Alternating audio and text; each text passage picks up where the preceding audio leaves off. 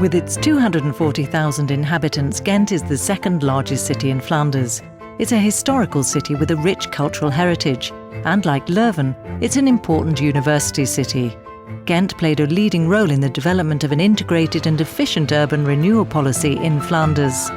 Ghent was one of the first to make its city centre traffic-free and ensure that water played a major role in the city. These two interventions had an unbelievably dynamic effect. In this way, the Town Council of Ghent promoted the quality of life and gave the city back to its citizens. This dynamic quality can still be felt today. No fewer than 20 different urban renewal projects have been set up, from the construction of a new multifunctional football stadium to significant investments in the development of the train station Ghent-St. Peters to the urban renewal of the deprived districts of Ghent. Since the early 1990s, the city of Ghent has decided to carry out ambitious urban renewal projects in the 19th century densely populated ring, following the redevelopment of the historical city centre. These were projects such as bridges to Rabot and oxygen for the Brugsepoort. As a result of industrialization, there was enormous expansion in Ghent in the 19th century. Large plots of cheap and inferior labourers' houses were built around the old inner city, close to the factories. This area, known as the 19th century ring, has many problems because of the density of the buildings and the ageing housing stock. There are no open spaces, green spaces or community facilities. The land has been historically polluted, the level of education is lower than average, and there's a high rate of unemployment.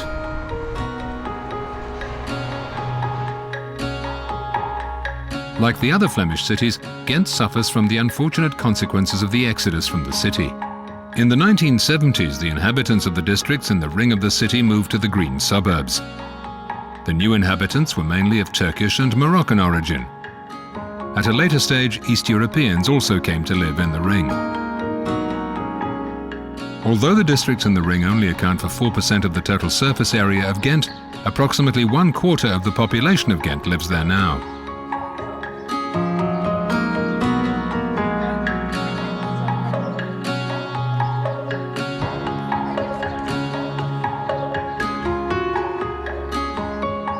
Ghent has discovered that the renovation of districts is a complex process which requires an individual approach for every district. What works in one district does not necessarily work in another. The difference between the urban renewal projects, Oxygen for the Brugsepoort and Bridges to Rabot, can be briefly outlined. Oxygen for the Brugsepoort covers only 1 square kilometre of the district. It's a small-scale but strategic project. In the first instance, it tackled the spatial structure of the district. The built-up cores of the residential blocks were demolished and replaced by small parks and private gardens. The new open spaces break through the monotonous streetscapes. A red runner brings these new spaces together.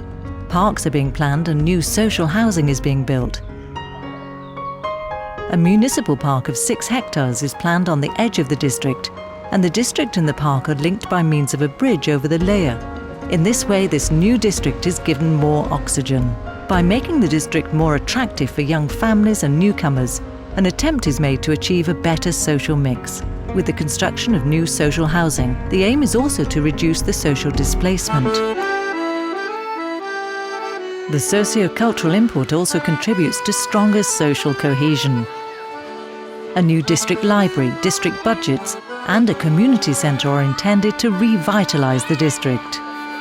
The district organisations and residents groups are also addressed by the Town Council.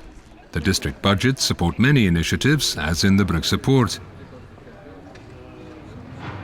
The theatre group De Vieze Gasten, or the Dirty Boys, brings together several different creative district residents from various social levels. Children are once again going to the youth centres. The not-for-profit group Traffic has opened a multicultural coffee and tea house, and the not-for-profit group Young works with local young people. Education has also invested significantly in a varied range of provisions for primary education, and childcare was further developed. Thanks to the project subsidy from the Flemish government, Oxygen for the Brugsepoort has been able to achieve a comprehensive approach to the district, particularly as a social project. The isolated Rabot district also lies in the 19th century ring north of Ghent. The district consists of small, rather unattractive houses around decaying factories and is separated from the city by the Blaisante Vest, a wide dual carriageway, and is shut off from the north by the connecting canal. The quality of life there is abominable. The city considered the construction of a new court of justice to be a suitable opportunity to upgrade the district. Linking it to the urban renewal project, it's removing the district from its social and architectural isolation. The city is also ensuring its accessibility and the use of the district by its residents. In contrast with the urban renewal project Oxygen for the Broeksepoort, the Flemish government decided to intensively supervise the Bridges to Rabot project for a few months. The concept study resulting from this was an important guideline for the many large and small projects situated in the site. As a priority, there was a study of the spatial and functional cohesion in the area itself and the link with the city centre. The new tram bridge and the cycling and pedestrian bridge linking the part of the city north of the connecting canal were already planned at that time. A shopping complex with social housing above it is being built next to the bridge. The redevelopment of the site on Gasmeterlaan is an important part of the Bridges to Rabot project. The city bought the seriously polluted municipal gas site and wants to develop a new residential area with shops and public green space. The gas factory was demolished, but the two protected gas plants will remain and be integrated in the project. The old flour factory, Nieuwe Molens, is being given a new function and being turned into a residential complex. The energy objectives for the new district are being raised by building 184 passive and approximately 300 low-energy homes. At the same time, it's the largest project in Flanders. The city of Ghent will provide scientific support for the initiative and achieve it in cooperation with a private project developer. The city also bought the adjacent site where Alcatel Bell was established and demolished the buildings. This empty site was given a temporary new use in anticipation of the construction work. The completion of the Bridges to Rabot project has not been completed yet.